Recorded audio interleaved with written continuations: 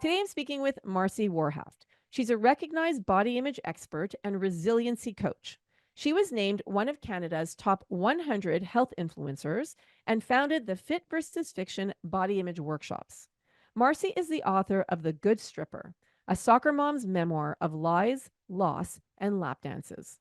Marci uses her experiences to help others release themselves of the shame, guilt, and insecurities that keep them from living their lives with the joy they deserve. Now, here's Marci. Welcome to Menopause Reimagined, Marci.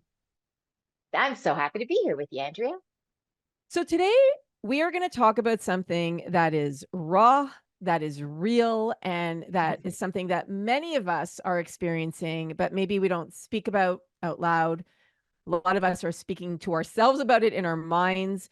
And it's not something that I really wanted to talk about without you, Marci, actually. And Mm. you're the perfect person for us to have this safe space to have this conversation, because for those of you listening, Marci and I have known each other since we're 15, 16, a really Yeah, long about time, that. really long time. Oof, And I know, it's like time flies, and we're both, like 20 years. No, I'm just kidding. I know. And I'm 54 now. And I think, are you 54 yet? You're In a few 53 weeks. in a few weeks. Okay, so we're the same age.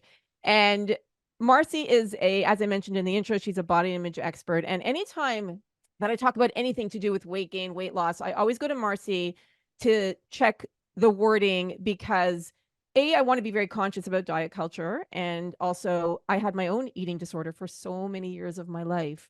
And I try to be very compassionate around the topic. So Marci is my go-to. And I wanted to have this conversation today because we all have fears and we all have thoughts that go through our minds, and they are all valid. As you know, here at Menopause Reimagined, there's no judgment. Everything is valid, and you are supported in everything that you feel. So, Marci, why don't you start us off in terms of the conversation about some of the fears that many of us are experiencing, or even if you're not there yet, which you're not yet in menopause, Marci, but in perimenopause, what are some of those fears that many of us are thinking or experiencing when it comes to weight or just in general? Well, I think, and you know, because you know me so well, and because we've talked about this a lot, when you talked at the beginning about how we're going to get real and raw, I mean, that's kind of my forte these days. I don't really filter much. And I've told you that as much as I wish that I could be going into this next phase with this, like, yeah, I'm empowered and I'm a woman and I have my fears. I don't want it. I don't. And I don't feel like that's very feminist of me to say that, but it's the truth, and that's what you're going It's to get real. from me. And I avoid a lot of information about it now. I sort of feel like if I hear about it, it's going to happen, and it's going to happen.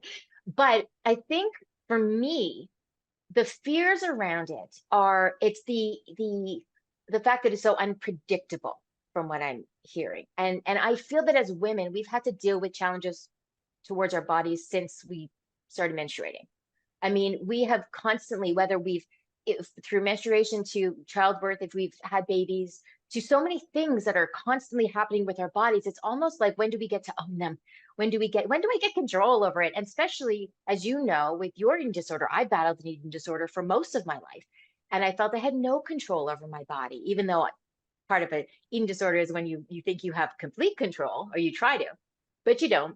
And so for me personally, I felt like, okay, so I've battled my eating disorder and I'm in really strong recovery. And now I got to go through menopause, where I'm told that you don't know what's going to happen from day to day and your body's going to change. And really, like, I feel it's almost unfair. And I always joke that I wish menopause was kind of like when your computer tells you you need an update and you get to choose the hour and the day it's going to happen. I wish that was menopause. I get to choose the day and the hour, and it lasts an hour, and then after that my hair is shiny or my skin is clear, and and I have, because I feel like we've earned that as women. I really do. I feel like we've earned it, and it kind of pisses me Yeah. off that there's more challenges. And so I think that that's at the base of the fear, is the unknown. Mm. Because what I hear too is it's different, just like your menstrual cycle, it's different for different women. Yeah. This is going to be different. And I think if we hear that there are so many possible side effects, a lot of us will think, oh God, I'm going to get all of them, and it's like, you might not get any of them. And it's that fear of the unknown. And especially when it comes to our bodies, because like it or not, we do still live in a society as far as we may have come, we still live in a society that where we do feel like we're worth more if we weigh less. And that's not true. And we tend to judge ourselves on our pant size or what the scale says or what it said last year compared to this year.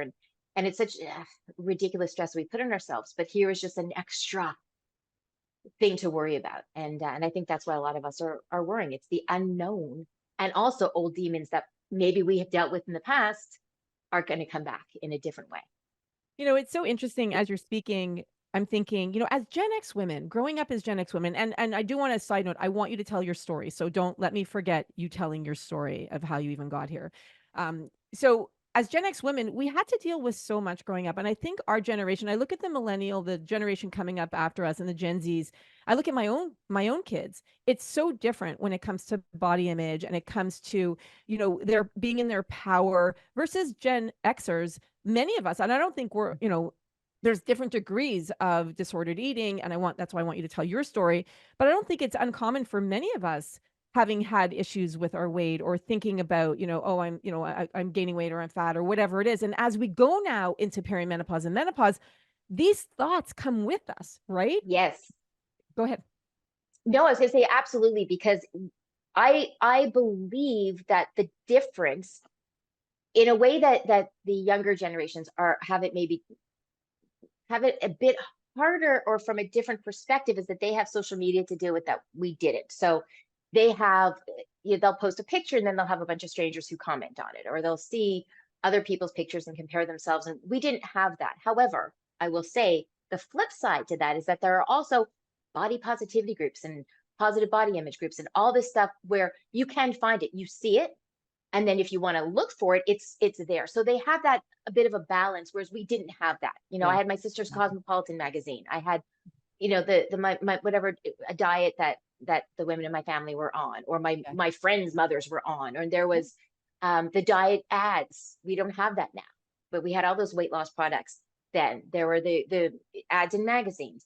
We had all of the women have to be skinny messages, but we didn't have the other side of it. And so it was just, we don't even realize how it was just ingrained in our psyches. So yeah, even if you've managed to get through your life and have either not had major issues or had them and they passed, or you've dealt with it, having to deal with this again in a different way, a lot of stuff we don't even realize is going to come back. And so we do have, we were strong in so many ways, but this is one thing that we've carried with us, and it's going to come out in ways that we didn't expect.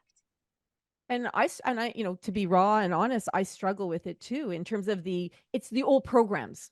I'm constantly, shushing those old programs or working through those old programs. And I'm going to give you an example, and I've shared this before on my podcast, but as I was going through perimenopause, I gained a lot of weight. I gained about 20 pounds. For me, I had put on about 20 pounds. I hear women who gain 50 pounds, women who gain 30 pounds. So, women who gain a lot of weight as we go into this phase of life. And at the time when I was going through it, and I think I had interviewed you for our podcast, like our earlier podcast, you were probably, I think this was back in like 2016 or something.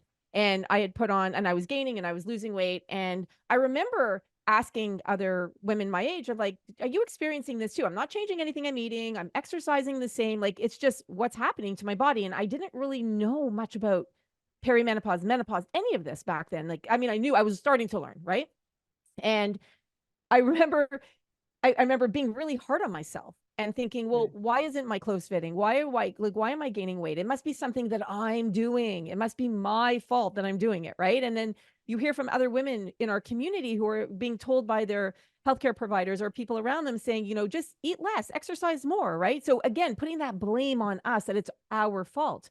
But now that I know better, and now that I've done all this research over the last 6, 7 years, is that we know that there are changes happening to our body. And part of the research that I'm doing for my new book that I'm writing, that Marci has a part in it as well, is we're talking about the reasons that we're gaining weight and how it's not our fault, and how so much of it is not our fault. Yes, there are parts that we can take control of and that we can look at what we're eating and doing 100%, but there are 15 different reasons, a minimum, as to why we're gaining weight in this phase of life. So I want us to, and Marci, this is where I want you to come in, to be gentle with ourselves, to help ourselves realize that this isn't our fault. And again, these old programs that are coming to the surface for us and being like, oh, it's me, something I'm doing, but it actually isn't in many of the cases.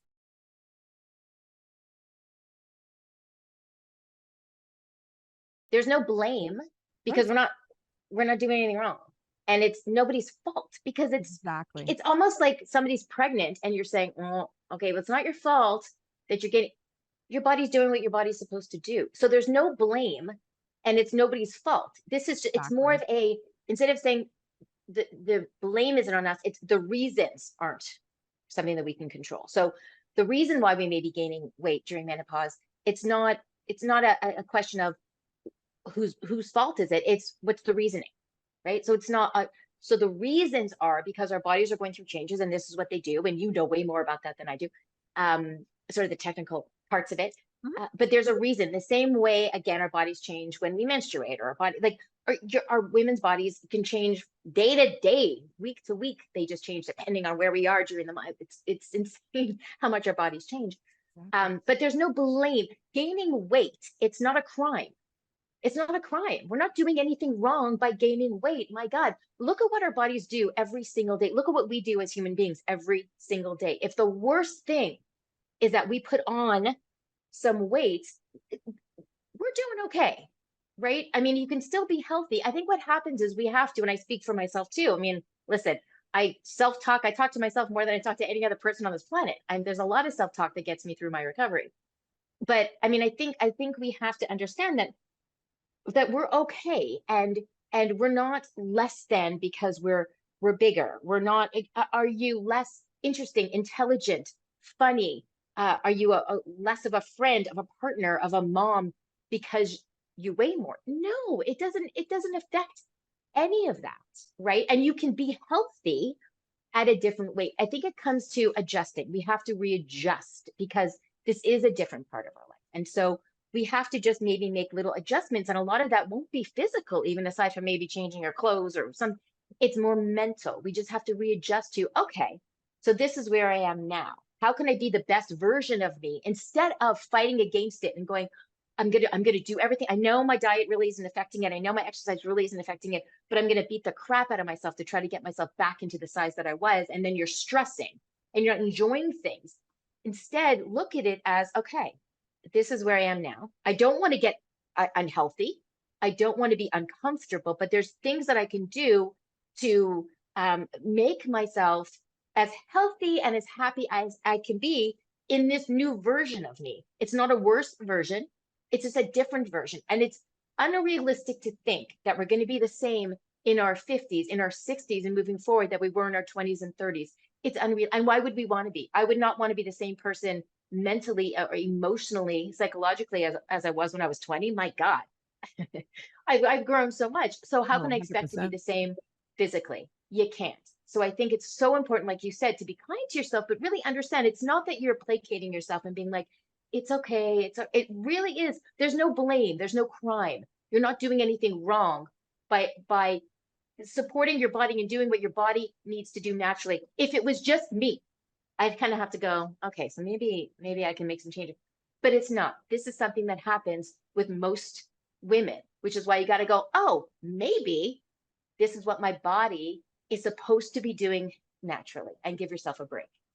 Oh yeah, it's about 50% of women according to our research. So it's a high number. And by the way, that blame is not only, and that's where the reprogramming comes in, is it's blame that we put on ourselves, but also blame from society, from people around us. So that Mm-hmm. is so important for us to understand that like that has to stop. We have to like retrain our minds. And also one of the things, and I was just having this conversation the other day with another friend of mine, is that we need to like, and like you said, it's also adjusting. So our bodies are constantly changing, not thinking, okay, I'm going to lose the X amount of pounds so that I could fit back into my jeans that I wore X amount of years ago.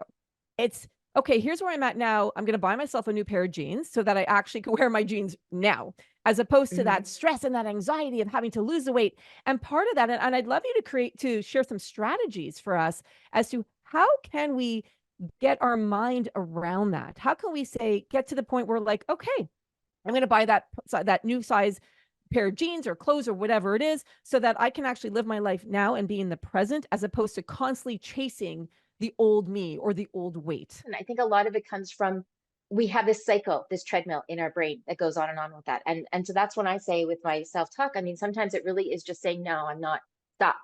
when the negative thoughts come in, you don't entertain it.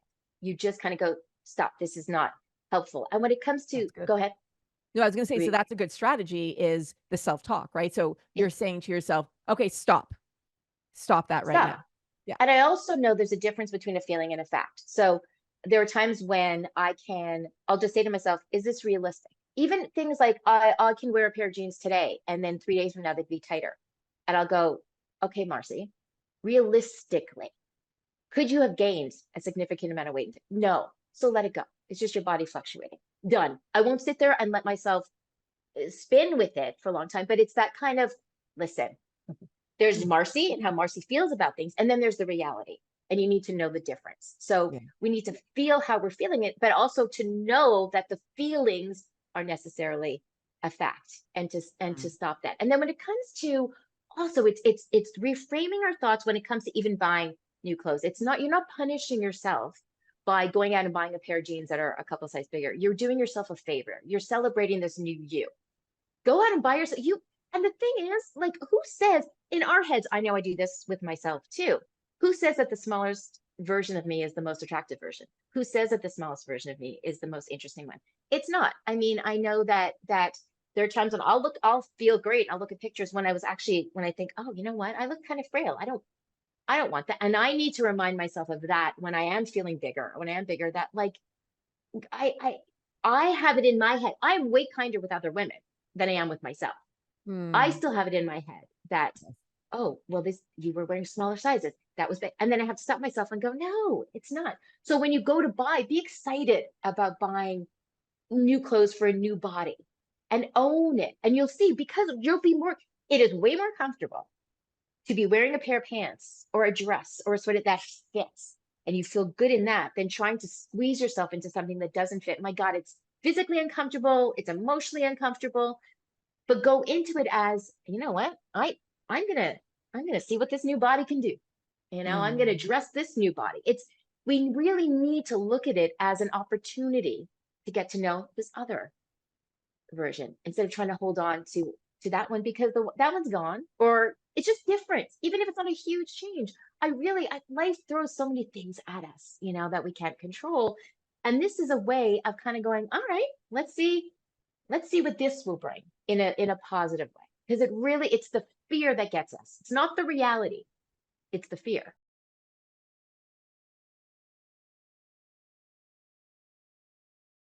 So Marci, can you tell us a little bit about your backstory? Like, it is, when I think about you and I think about, your survival, like, it's so incredible what you have endured, and you are such like, just tell your story. Like, and after everyone's gonna hear, be like, oh my God, I can see why Andrea loves you so much. Like, you have gone through so much.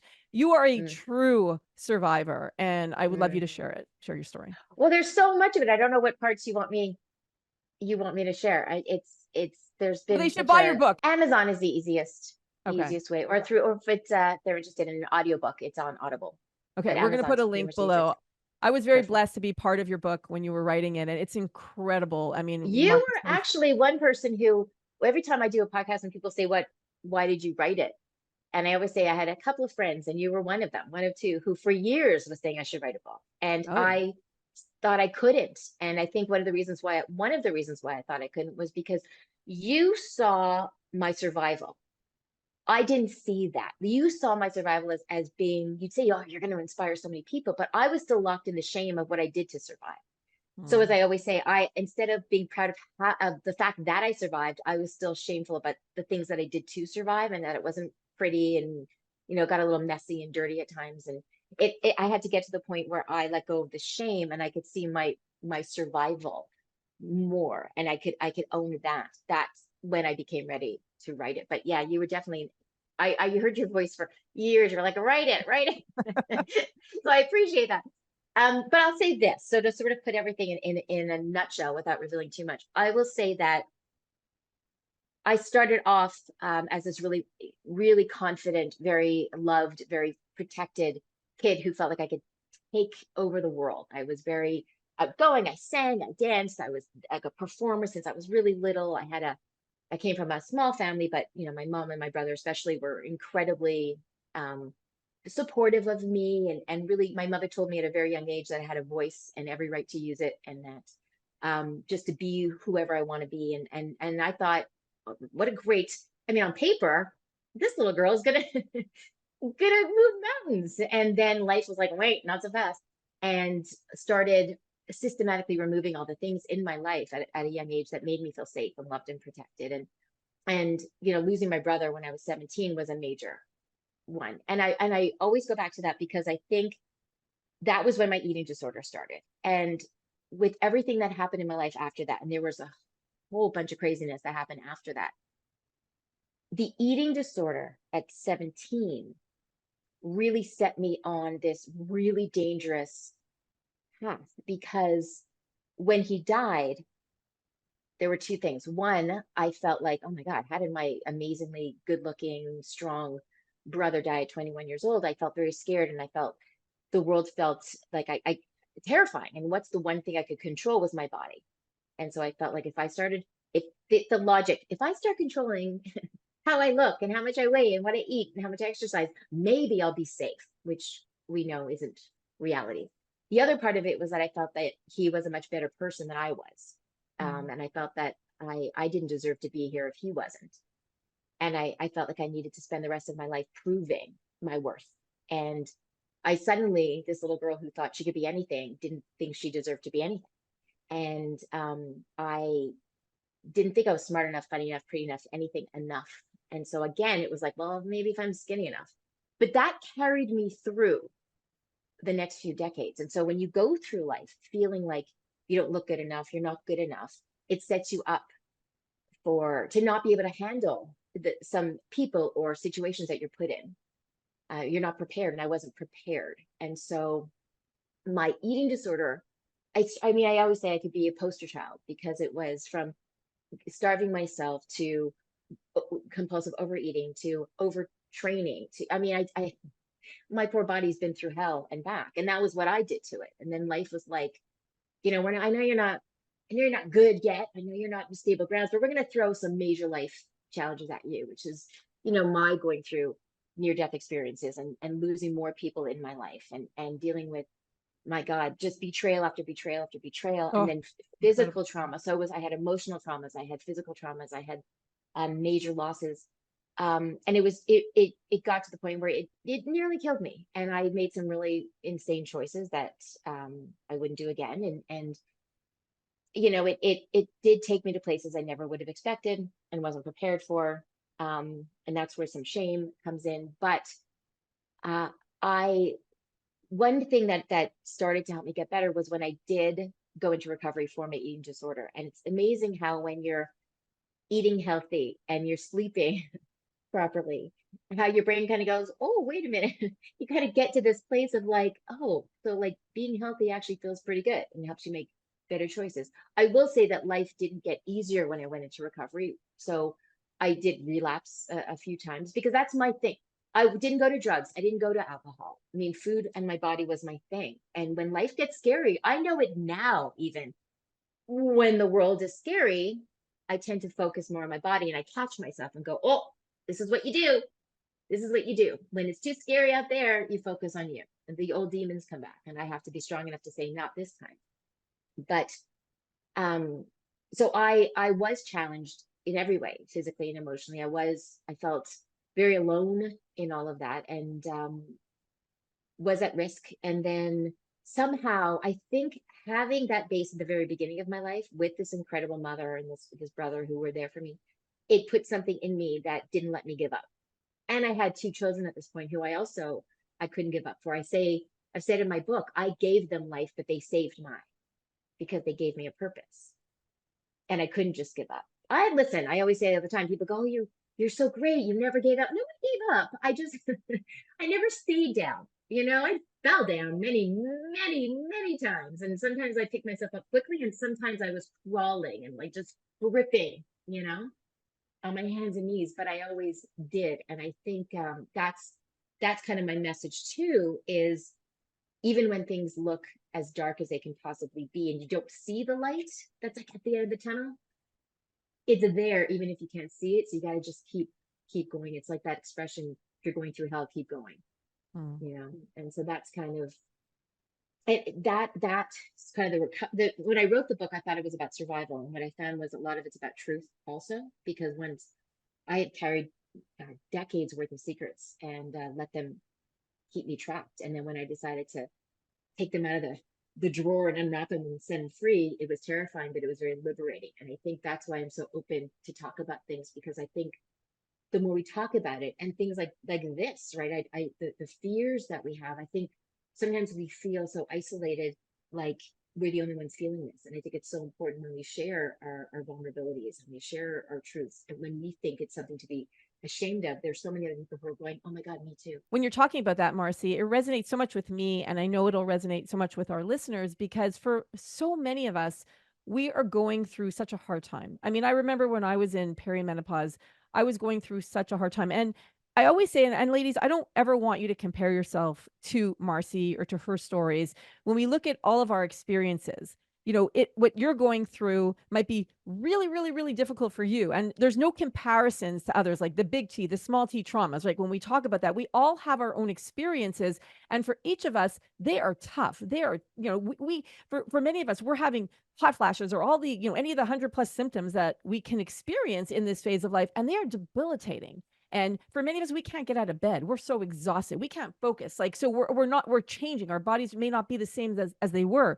So as I'm hearing you speak, Marci, I'm like, it resonates so much, because it's inspiring. And knowing that someone like yourself got through to that other end and you didn't give up. And that's the message of hope that we always love to give here at our podcast at Menopause Reimagined, is that I always say, like, it's hard for us to see through the weeds as we're going through what we're going through, right?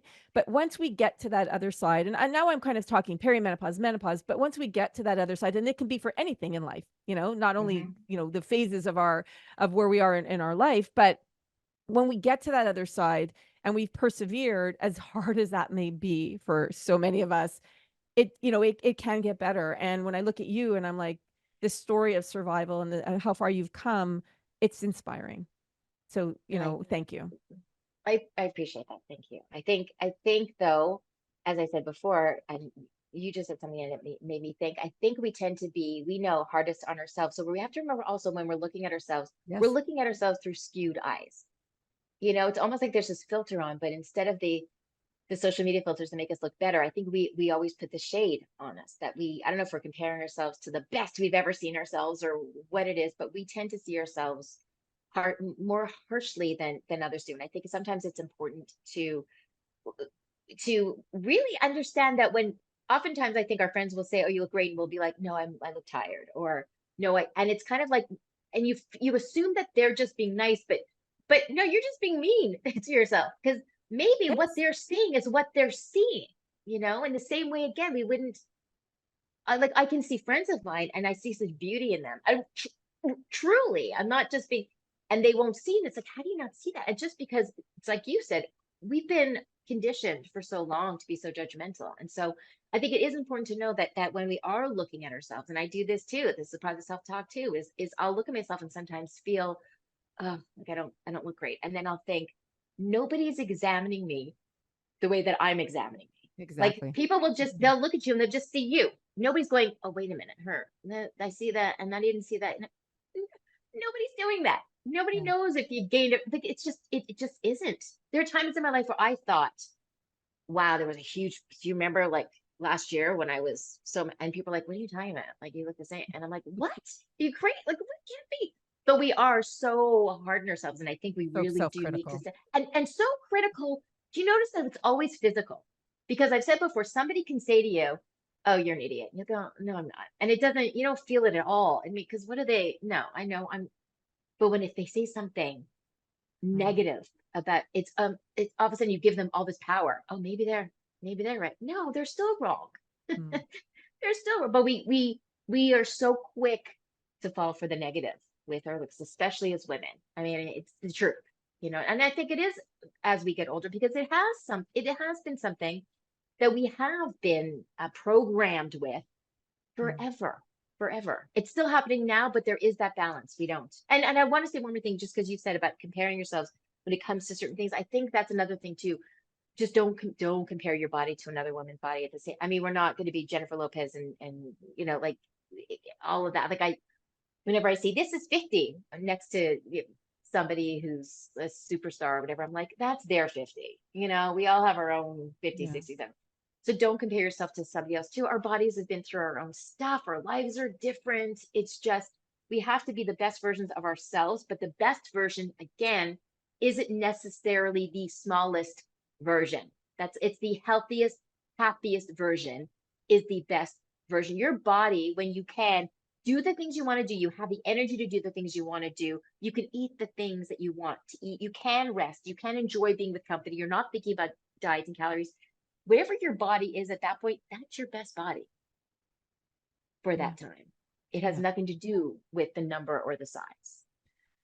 Like I'm a big fan of mantras, and I know that there are certain mantras that you like as well, like I am strong, I am healthy, like certain things that we say to ourselves or that we should be saying to ourselves on a regular basis, especially if we're feeling a certain way and looking in the mirror and saying things like even looking in the mirror and saying I love you is so hard for so many of us, right? That self-love, that learning to accept ourselves as we are. And little things like the tips Marci gave or mantras that you could say to yourself. And we have actually in our book, as you're speaking, I'm like, we have an entire chapter of this in my book that my mom wrote with me, which is really Mm. exciting. And so we're going to cover that big time in our book that comes out next year. But I think if you could share some mantras that you find powerful, I think that would be amazing, that those who are listening could be like, okay, so these are things that I could say to myself. And then that's self-forgiveness, right? That's so big. You're so Yeah. right. We're so hard on ourselves. We're harder on ourselves than we are on anybody else. And that has to change. But I'll tell you what I do. There was a time when I gained weight a little while ago, and I will, like, again, I'll cycle. My body will go up and down. But one thing that's different about me now than it was back when I was really dealing with disordered eating and that whole thing was I made a promise to myself several years ago that I would never, ever, ever say I hate my body, ever. It didn't matter how much weight I gained, didn't matter. I would never say, because I'm so appreciative for my body for everything that it's survived. And I know that I had gained weight last year and really uncomfortable. But I made it, even then, I would look at myself in the mirror and I would look at my body or in the shower, and I'd look at myself and go, I love you, which is crazy. And I appreciate you. And I'm Yes, going to work with love you. that. And I Mhm. think that's one thing I talk about too. We spend so much of our life. I mean, dieting doesn't work because we're working against our bodies, against what our bodies want, against what our bodies need. But when you love your body, you cannot hate your body healthy. You cannot hate your body skinny, right? Because you will punish your body. Being fit shouldn't be a punishment. Being healthy shouldn't be a punishment. It's not something you do because you hate your body. It's something you do because you love your body and you know that you deserve to be healthy and happy. So I would look at my body at all stages and go, I'm so appreciative for what you can do. I'm so appreciative that I can move and that I can breathe and that I can dance and that I can hug my children. And I'm so appreciative I can experience all those things. And if I'm in a place, because that's the reality too. I mean, it's like you said, sometimes if you are in a place with your body where you don't feel comfortable and you don't feel good, I'm not saying that you should go, I love you, and because then people are going, that's not realistic. But there's a difference between loving who you are and loving where you are. And so your worth as a person isn't dependent on what the scale says. So I'm still who I am, whether I'm underweight or overweight or at the weight that I want to be. And so it's really important that you know that you cannot be, it's okay, it's realistic if you're at a place with your weight that you don't like. But that's not the same as not liking your body.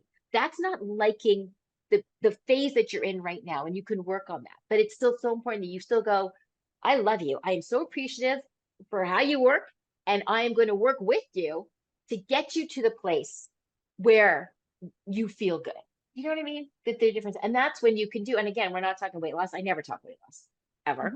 Mhm. Mhm. We But talk there are healthy, things that healthy you could, body. right. There are things that you can do to get yourself to the place where you feel better. But there's still the difference. And I think it's so important to, that's the biggest thing. It's not, oh, I hate my body. You don't hate your body. You hate the phase that you're in right now. You hate the way your body feels right now, but you love your body. Your body has worked so every single day, the things that it does to keep you breathing. And so you're going to work with it to get it to the place where you're happier.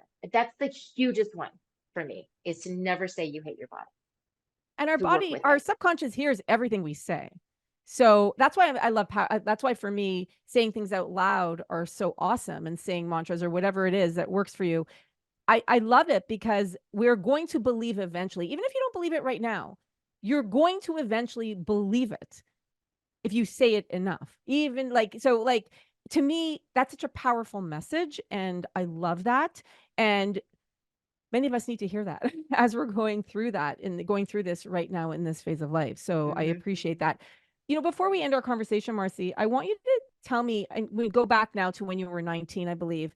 What was the impetus for your eating disorder? I remember you were at the doctor, and I want you to share what Mm. it was that kind of sparked that journey. And it was just something that somebody said. And the reason I'm asking you that is because now 19 versus, in our 40s and 50s is different. However, you were being told by a doctor, somebody, a Mm. healthcare provider, something. And I want you to share with that because I have an important message or point I'd like Okay. to. So this was actually, I was 17 and barely 17. And this was right after my brother had passed away. So I had just been through the biggest trauma of my life up to that point. And I had also seen myself, as I said earlier, I'd seen myself becoming obsessed with my weight because it was the one thing I could control. But I was kind of proud of myself that even at that age, and there wasn't talk, you didn't hear about eating disorders and body image stuff in 87. But I saw it somehow. I saw myself becoming in an unhealthy way, really hyper focused on calories and food. And I saw it enough that I had gone to the doctor. So at first I started starving myself, and then I went away to camp where I was with you, Yep. and actually started to feel better because I was teaching dance and I was sort of more comfortable with my body, and I let loose a bit and was really in a much healthier place. Still very thin. I'd always been lean when I was growing up, very active. And I got back from that summer. So my brother died end of May. So now we're talking, this is maybe August, end of August. So not that long. Really traumatized still. Went to my family doctor. And I said to him, I told him that I had become obsessed with my weight because what he wanted is part of the physical. And it was just a physical.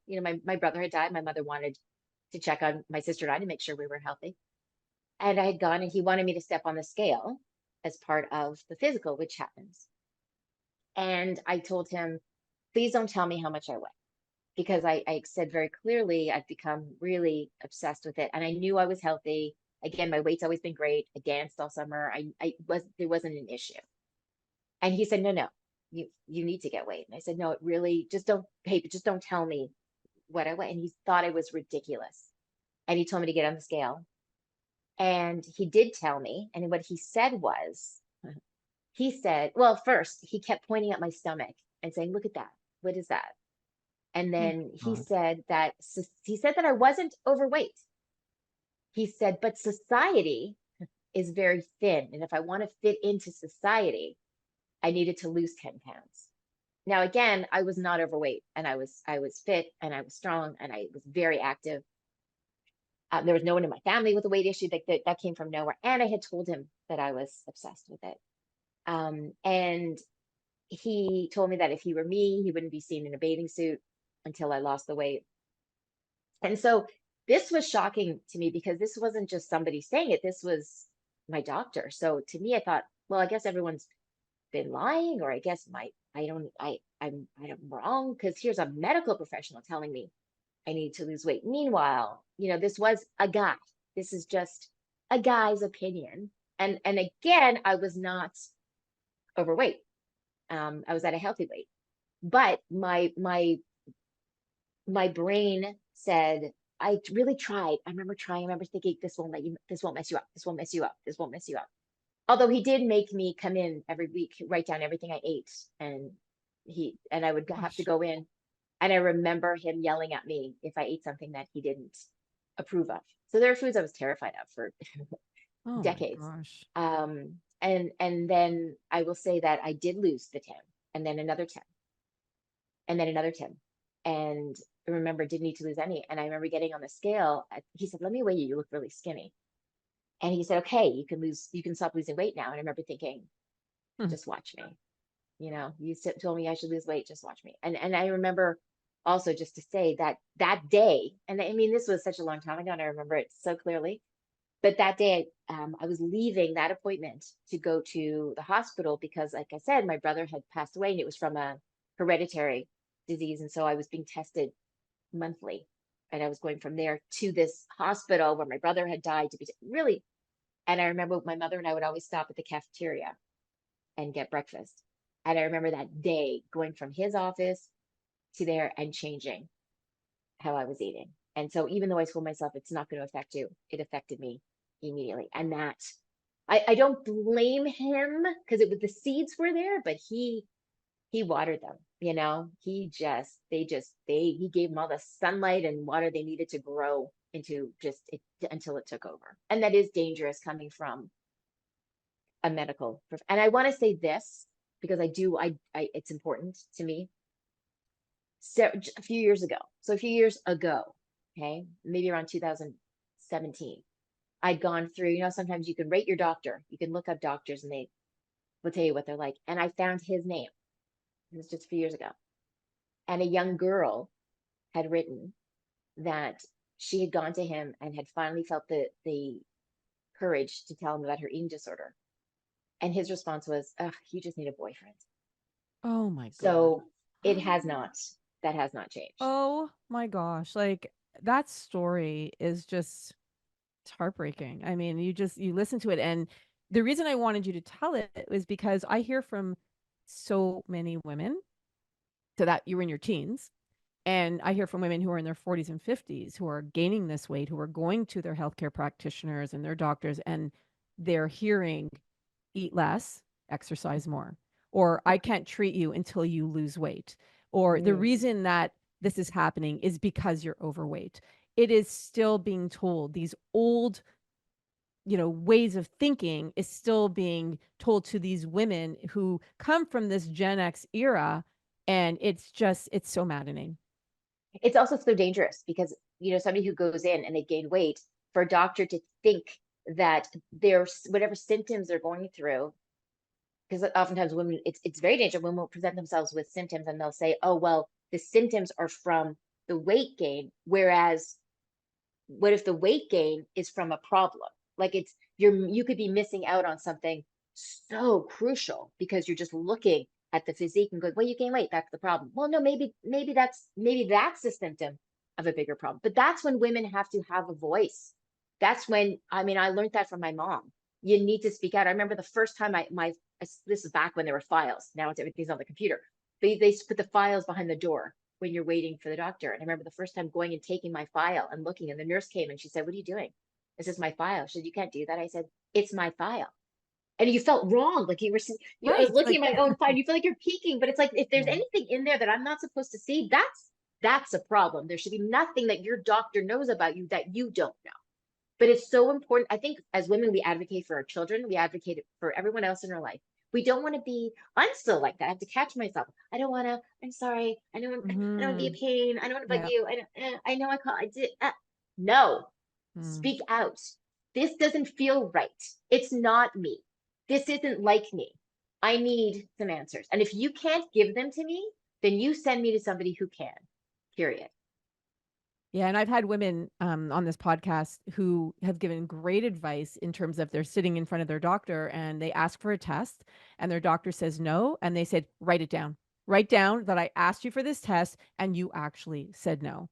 So it's so important, like the empowering ourselves. I love that tip and I love that advice because it is crucial. And one of the things I tell women all the time here, I'm like, ask for your blood test results, ask for the results, take them, understand them, look to see, like, so for example, you get your thyroid tested and it's in the normal range, right? Like we're going to put them in quotes. Right. Then are they in the optimal range? So you always want to know what those blood test results are. So empowering yourself when it comes to your healthcare practitioner, your doctor, and it is crucial. So thank you for that, because I think a lot of women will be like, yes, I'm going in there and I'm gonna link to Absolutely. I'm going to link to the interview I did with Stephanie Shaw, which actually gives a lot of great strategies as well. I'll put that below. I highly recommend listening to that interview. Marci, is there anything you want to say before we end the interview today? All I want to say is, women, we've been through so much. We continue to go through so much. I mean, we deserve to celebrate ourselves, to support ourselves, to be our biggest cheerleaders, as cliched as that sounds. But we need to stop being so hard on ourselves because we are amazing. And again, like I said earlier, our self-worth is not dependent on how much we weigh. Period. I love it. Thank you for doing this, Marci. Thank you for having me. Always great to chat with you. And where can people find you? I'm all over social media. I mean, you can email me, marciwarhaft@rogers.com, or find me on Facebook or Instagram is the best. Wow. Like I said, I've known Marci since we were teenagers. We met when we were 15 or 16 years old. And it's absolutely incredible that her story of survival, but also just her whole approach to really when it comes to weight loss and fear around weight gain. And we're all going through it. So you're not alone. Like Marci has her story, I have my story, and you have your story. So everything that you're feeling is valid, and we are all there with you, and we're in this together. So I hope you enjoyed the interview. If you did, please share it, because the more you share shows you care. And please leave a review of Menopause Reimagined, our podcast. Not only do I love reading them, but it really helps to get our podcast out there to more people. So thank you for spending the last hour and a bit with me. As always, I appreciate you, and I'll see you at the next interview.